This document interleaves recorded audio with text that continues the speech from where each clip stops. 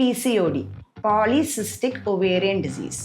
ഇന്നത്തെ കോമ്പറ്റേറ്റീവ് വേൾഡിൽ 95% സ്ത്രീകളും ഫേസ് ചെയ്യുന്നൊരു പ്രോബ്ലമാണ് PCOD.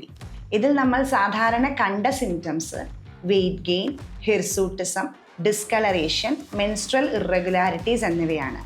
ഇത് കല്യാണം കഴിയുന്നതിന് മുൻപുള്ള പ്രായത്തിൽ പെൺകുട്ടികൾ നമ്മുടെ അടുത്ത് വരുമ്പോൾ പറയുന്നത് മെൻസസ് വൈകുന്നു, വെയിറ്റ് വയ്ക്കുന്നു, എൻ്റെ സ്കിൻ ഡ്രൈ ആകുന്നു, എനിക്ക് മുടി വളർച്ച കൂടുന്നു എന്നൊക്കെ പറയും. ഇതിൽ നമ്മളൊരു കംപ്ലീറ്റ് കേസ് ടേക്കിംഗ് എടുത്ത് മരുന്ന് കൊടുത്തു കഴിയുമ്പോൾ പൂർണ്ണമായും PCOD മാറുന്ന അവസ്ഥകളും റെഗുലർ മെൻസസ് വരുന്ന അവസ്ഥകളും ഹോമിയോപ്പതിയിൽ കാണുന്നുണ്ട്. ഇതുപോലെ തന്നെ കല്യാണത്തിന് ശേഷം 2-3 മാസം കഴിഞ്ഞിട്ട് കുട്ടികൾ ഉണ്ടായില്ല, ടെസ്റ്റ് ചെയ്തപ്പോൾ PCOD ഉണ്ട് എന്ന് പറഞ്ഞു, ഹോമിയോപ്പതിയിൽ പരിഹാരമുണ്ടോ അല്ലെങ്കിൽ ഒരു സൊല്യൂഷൻ ഉണ്ടോ എന്ന് ചോദിച്ചു വരുന്ന ആൾക്കാരുണ്ട്. അവരോട് വളരെ സന്തോഷപൂർവ്വം പറയട്ടെ, ഒരു ഹോർമോണൽ തെറാപ്പിയും ഇല്ലാതെ, ഒരു പാർശ്വഫലങ്ങളും ഇല്ലാതെ, നിങ്ങളുടെ ശരീരത്തിന് ഒരു കേടും സംഭവിക്കാതെ കംപ്ലീറ്റ് ക്യൂർ ഹോമിയോപ്പതിക്ക് നൽകാൻ സാധിക്കും. ഒരു കംപ്ലീറ്റ് കേസ് ടേക്കിങ്ങിലൂടെ നമ്മുടെ എല്ലാ സിംറ്റംസും കൃത്യമായി ഡോക്ടറിനോട് പറഞ്ഞ് നമുക്കൊരു ശാശ്വത പരിഹാരം PCODക്ക് കണ്ടുപിടിക്കാം. ഇനി മൂന്നാമത്തെ ആൾക്കാർ നമ്മുടെ അടുത്ത് വരുമ്പോൾ ആദ്യത്തെ കുട്ടി ഒരു IVF ട്രീറ്റ്മെൻറ്റിലൂടെ ഉണ്ടായ കുട്ടിയായിരിക്കും. അതിനുശേഷം അവർ രണ്ടാമത് വരുന്നത് വളരെ എക്സ്പെൻസീവ് ആയിട്ടുള്ളൊരു ട്രീറ്റ്മെൻറ്റിന് ശേഷമാണ് മൂത്ത കുട്ടി ഉണ്ടായത്. ഇത്രയും വർഷങ്ങൾ കഴിഞ്ഞു, ഇനി എനിക്ക് കുട്ടികൾ ഉണ്ടാകുമോ ഡോക്ടർ എന്ന് ചോദിക്കും. അവരോട് നമ്മൾ പറയുന്നതാണ് ഒവേറിയൻ ഹെൽത്ത്.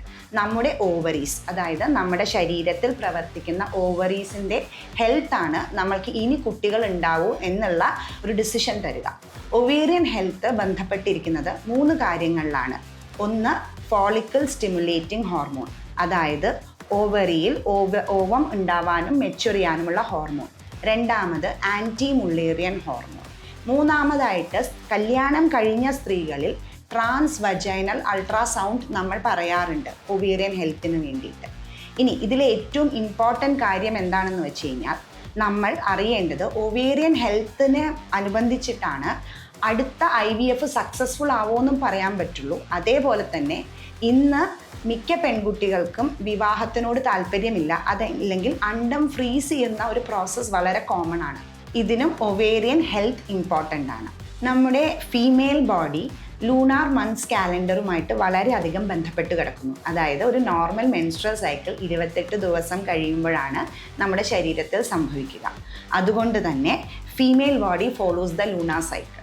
അപ്പോൾ വളരെ ഭംഗിയായിട്ട് ഉള്ള ഈ ഫീമെയിൽ ശരീരത്തിലെ അസുഖം കണ്ടുപിടിക്കാനാണ് നമ്മൾ ഈ ടെസ്റ്റുകൾ ചെയ്യുന്നത്. അപ്പോൾ വളരെ ക്ലിയർ ആയിട്ട് പറയട്ടെ, ഈ ടെസ്റ്റുകൾ ചെയ്യുമ്പോൾ ഒരു ഡോക്ടറിൻ്റെ അഡ്വൈസ് പ്രകാരം കൃത്യമായ ഇടവേളകളിൽ വേണം ഈ ടെസ്റ്റുകൾ ചെയ്യാനായിട്ട്. നമ്മൾ റാൻഡമായിട്ട് ചെയ്തു കഴിഞ്ഞാൽ റിസൾട്ടുകൾ വേരി ചെയ്യും.